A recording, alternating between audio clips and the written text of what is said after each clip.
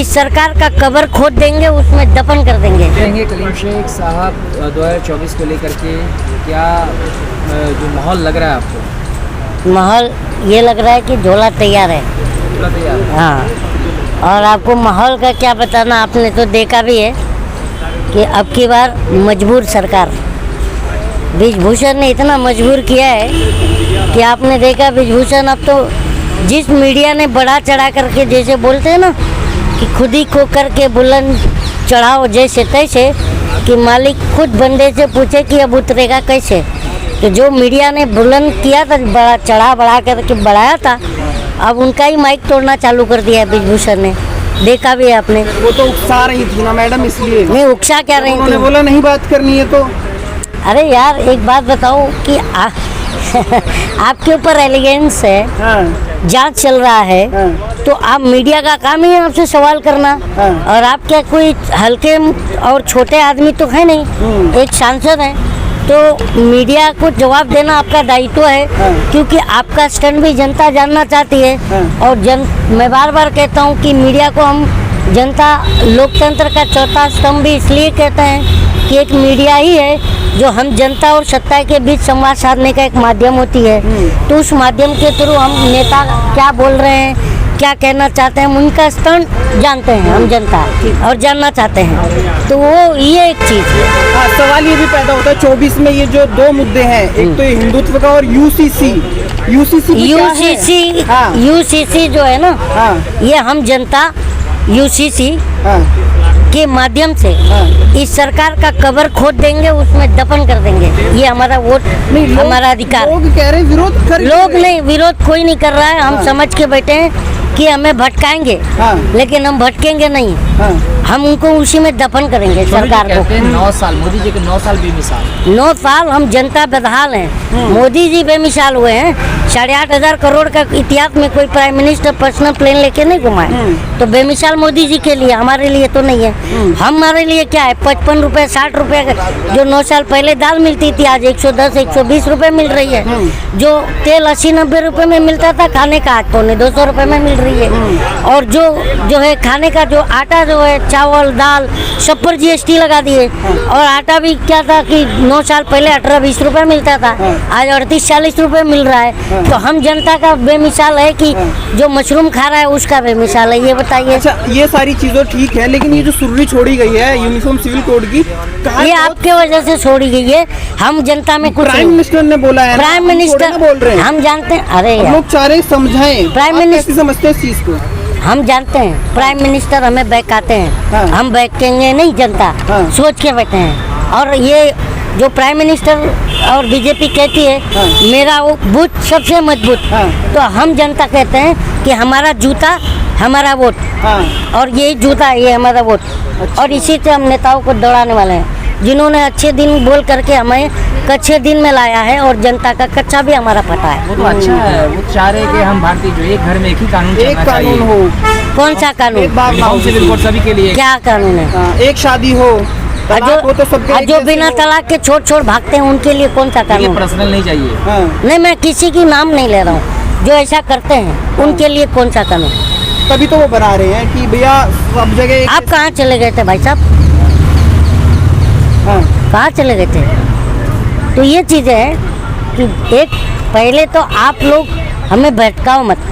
हम जनता का मुद्दे पर हम वोट करेंगे, और हमारा मुद्दा है शिक्षा, स्वास्थ्य, रोजगार, महिला सुरक्षा की गारंटी। बाबा धीरेन्द्र- और उस पर जो बात नहीं करेगा वो सीधा आउट। आपको पता होगा बाबा धीरेन्द्र शास्त्री, उनकी काफी फैन फॉलोइंग है। दिल्ली और वो आए स्टार प्रचारक। फैन फॉलोइंग किसी की नहीं होती हमारे देश में। हमारे मोहल्ले में अगर लुंगी बेचने वाला भी आता है तो 20-25 लोग खड़े हो जाते हैं देखने के लिए, भले लेना ना हो। तो वो सब फैन फॉलोइंग की बात मत कीजिए। के प्रचारक हैं। कोई हम देखिए, एक बात बोलते हैं, हम जनता जो है हम अपने मुद्दों पर कायम है। शिक्षा, स्वास्थ्य, रोजगार, महिला सुरक्षा की गारंटी, जो कि हम इस पर बात कर रहे हैं, इस पर सवाल भी कर रहे हैं। और सवाल भी इसलिए क्योंकि हमारा मौलिक अधिकार है, संवैधानिक अधिकार है, जिसको हम वोट देते हैं, हम उसी से सवाल करेंगे। ये फालतू के एजेंटों पर आप मुझे मत भाई। लेकिन एक आप बात किसी पार्टी से तो नहीं जुड़े हुए हैं, लेकिन फिर भी भाजपा का विरोध क्यों कर रहे हैं? भाजपा का मतलब जो सत्ता में होता है उसका विरोध होता है। हम जब मनमोहन सिंह सरकार थे, सरकार में तो उनका भी हमने बहुत मजबूती से विरोध किया था, तब ये सरकार आई थी। तो हम जनता हैं, जब हमें गलत लगता है तो सड़क पर आकर चिल्लाते हैं। जो लोहिया जी कहते थे कि जब सड़कें सूनी हो जाती हैं तो सांसद आवारा हो जाते हैं। बाबा बागेश्वर वो हिंदू राष्ट्र बनाने के लिए बाबा बागेश्वर के पास भी ये माइक लेके जाइए। बागेश्वर ही क्या है? देश है, संविधान है, कोर्ट है, तो फिर आप हमारे तू इधर उधर की बात मत कर, ये बता कि काफिला कैसे लूटा है। भक्त ये यार, बड़े बड़े हमने चमत्कारी लोगों को देखा, आज कहाँ जाके बैठे हैं, तो उस पर हमको बात मत कीजिए। हमारे शिक्षा, स्वास्थ्य, रोजगार और महिला सुरक्षा की गारंटी, ये मुद्दे तो मिलेंगे नहीं अभी तो बोला जनता। कि जितने भी एजेंट आए, क्योंकि इसके पहले हमने देखा था कि इनके स्टार प्रचारक कौन थे, बाबा रामदेव। वो क्या कहते थे, 250 में सिलेंडर मिल जाएगा, 35 रुपए में डीजल मिलेगा, 40 रुपए में पेट्रोल मिलेगा, डॉलर 40 रुपए पर आएगा। तो हम बहुत बड़े बड़े तुरम को देख लिए, आए और चले गए, ठीक है ना। बस नहीं, दो सवाल यही है, ये जो नई सुन रही है इसे आप कैसे देखते हो और जनता आप कैसे देखते हैं? आप कैसे देखते हैं? बात तो बड़ी बड़ी हो रही है ना। आप कैसे देखते हैं? नहीं होना चाहिए? अच्छा, ये नहीं होना चाहिए। आपके हिसाब से क्या होना चाहिए? हमारा देश विविधताओं का देश है हमारा, और हमारे देश में ये कहा जाता है कि कोस कोस पर जो पानी बदलता है और वाणी भी बदलता है, ठीक है ना। तो हमारा जो देश है अनेकताओं में एकता का प्रतीक है, और हमारे पूरी दुनिया में शांति का प्रतीक है हमारा देश। तो कोई अगर संविधान पर चोट करेगा, संविधान तोड़ने की बात करेगा, तो हम जनता जो है उसको सबक सिखा देंगे। हमारा मैं बोल रहा हूँ ना, मेरा वोट मेरा जूता।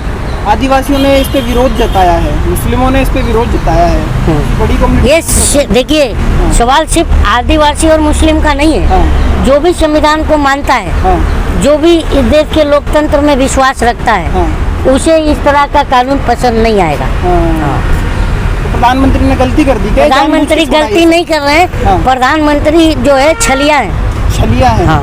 पहले हमसे छल लिया हमें, किसके नाम पर? 2 करोड़ रोजगार, अच्छे दिन, 100 दिन में महंगाई कम, ये सब बातें हुई थी 14 में, तो हमने वोट किया था। उसके बाद जब 19 में आए तो कह रहे हैं मैं मेरे फर्स्ट टाइम वोटरों से कहना चाहूँगा, क्या अपना पहला वोट पुलवामा के शहीदों के नाम नहीं दे सकते क्या? तो हमने भावुकता में दे दिया था।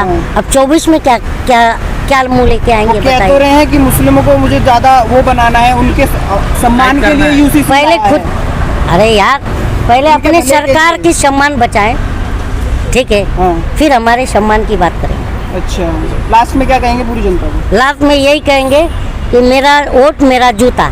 अच्छा, हाँ, इसको थोड़ा बताइए। ये जूते से हम जनता दौड़ाएंगे, जो हमारे पास आएगा। अच्छा, हाँ, जो वोट मांगने आएगा उसे दौड़ाएंगे। हम दौड़ाएंगे इन द सेंस, हम पूछेंगे हमारा रोजगार कहाँ है, अच्छे दिन कहाँ है, हाँ, 2 करोड़ जॉब कहाँ है, और हम पूछेंगे कि भाई 100 दिन में महंगाई कम होना था, और 100 स्मार्ट सिटी भी हमको बननी थी, सब कहाँ है, ये पूछा जाएगा कि नहीं? ये मेरा लोकतांत्रिक अधिकार है कि नहीं पूछने का, कि मैं बंधुआ वोटर हूँ, खाली सत्ता चुन के लाऊं और सवाल करूँ ही नहीं, ये तो नहीं है ना।